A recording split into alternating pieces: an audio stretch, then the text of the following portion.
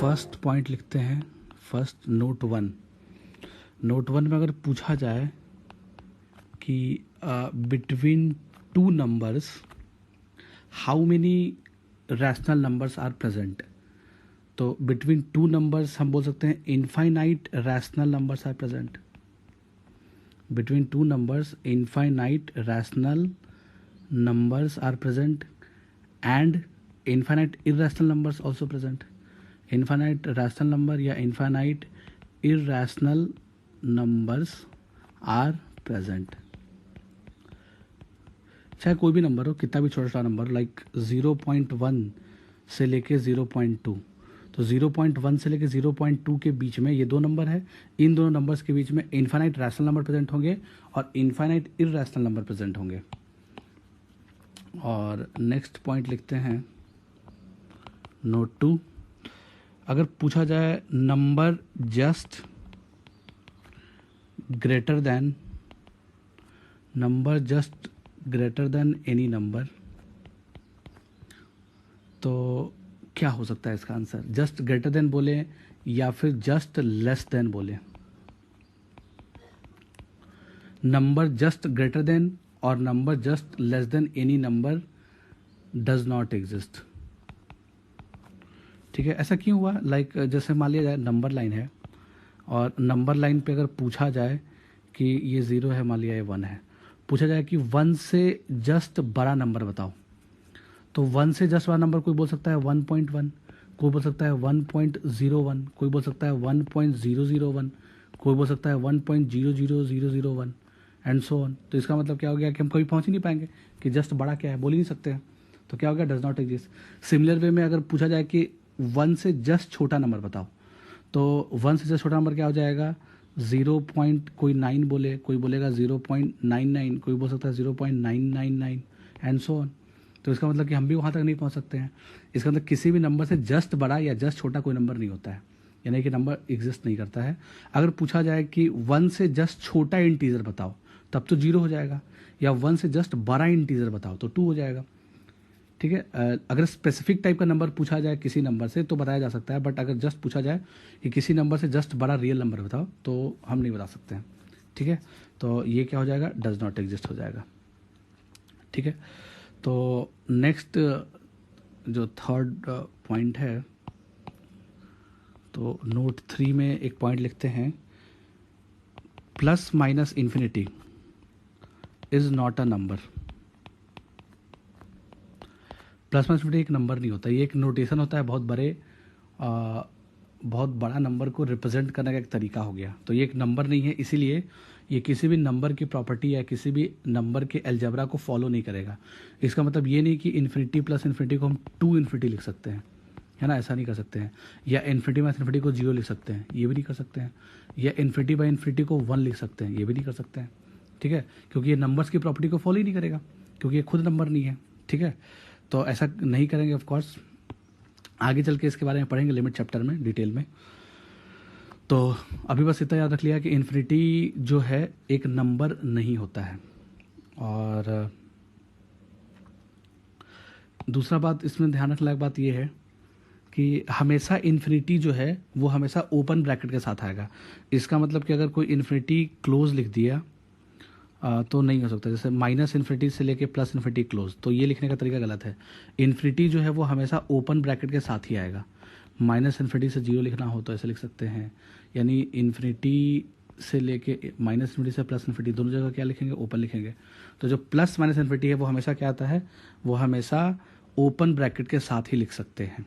ठीक है, और भी जो मिसकंसेप्शन जो पढ़ते हैं क्लास 10th में, जो गलत चीज़ें जानते हैं, like 1/0, 1/0 is not equals to infinity. 1/0 exactly होता क्या है? ये अनडिफाइंड होता है। 1/0 इज अनडिफाइंड, हम इसको इन्फिनिटी नहीं बोलेंगे। ठीक है, और सिमिलर वे में अगर बोला जाए 1/∞ को 0 बोला करते थे क्लास 10 तक। ठीक है, ये भी गलत है। ठीक है, तो 1/∞ भी क्या होगा? ये भी क्या हो जाएगा? ये भी अनडिफाइंड ही होगा। ओके, लेकिन अगर सपोज 0+ का मतलब क्या होता है? 0+ का मतलब होता है 0 से जस्ट बड़ा, लाइक 0.00000000, बहुत सारी 0 जहाँ तक लिख सकते लिखे और लास्ट में 1 लिख दिया, तो ये क्या कहलाएगा? 0+। 0 से जस्ट बड़ा लिखने का एक तरीका हो गया, लिख तो सकते नहीं है, तो हमने क्या किया, 0 से जस्ट बड़ा नंबर को रिप्रेजेंट करने के लिए 0+ बोल दिया। 0- का मतलब क्या हो गया? 0- का मतलब हो गया 0 से जस्ट छोटा नंबर, तो 0 से जस्ट नंबर क्या हो गया? -0.0000000001 हो गया। तो इसको हम 0- और 0+, तो अगर कोई बोले कि 1/0+ क्या होता है, तो हम इसको अप्रॉक्सीमेटली क्या सोच सकते हैं? 0.0000, बहुत सारा 0 लिख दिया, 1 लिख लिया, तो ये बेसिकली क्या हो जाएगा? ये बेसिकली इन्फाइनाइट हो जाएगा, क्योंकि अगर हम पॉइंट हटाएंगे तो 1 लिखेंगे और बहुत सारा 0 आ जाएगा ऊपर में, इसका मतलब बहुत बड़ा नंबर आ गया, तो यानी कि 1/0+ can be written as infinite. Similar way में 1/0- can be written as minus infinite, ठीक है। बट अगर 1/0 की बात किया जाए तो वो क्या हो जाएगा? अनडिफाइंड। यानी कि कोई भी नंबर ए है, सपोज कोई ए फाइनाइट नंबर है और उसके नीचे एग्जैक्ट 0 आ गया, तो इसका मतलब क्या हो गया? इसका मतलब ये चीज़ जो होगा वो अनडिफाइंड ही होगा।